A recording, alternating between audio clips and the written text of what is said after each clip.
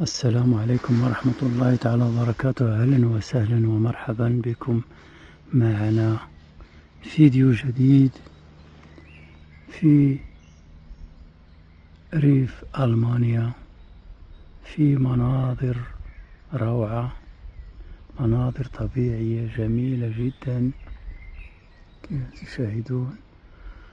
المناظر الطبيعية يغلب عليها الورود الأصفر، يعني هذا أصفر. شحال من واحد غادي يسولني علاش هنايا غالبية ديال هذا الورد الأصفر. من خلال الكلام ديالي مع بعض الفلاحين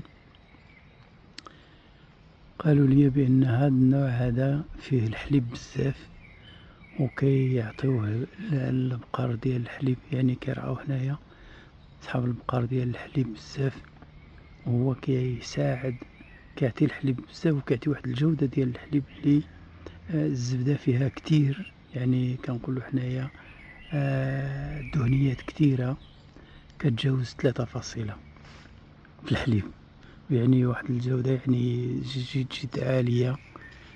نورمال إلا كان الحليب والو كيكون غير 1.8 حتى ل2، ولكن هنايا في هذا النوع هذا اللي كيف كيقولوا هما يتجاوز 3 فاصلة.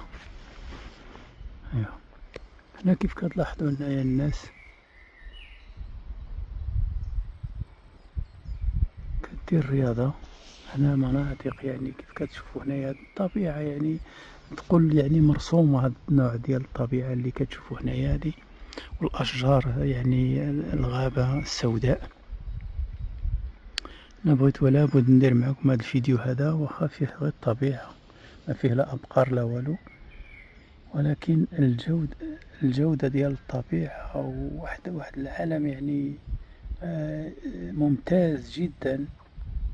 يعني النظافة ديال الهواء، النظافة ديال البيئة، يعني الفلاح هنايا، السكان أو الفلاح اللي ساكنين هنايا، يعني كل واحد يعني ملتزم يعني بالأرض ديالو، كيفاش يحرثها، كيفاش يصوبها. وهذا ماشي غير باش هما كيجلبوا هادشي كامل، كيديروه على حساب السياحة، يعني هما فلاحة في أصل وطوروها لواحد هذيك الجانب السياحي أكثر. علاش؟ دابا مثلا هاد الأيامات هذه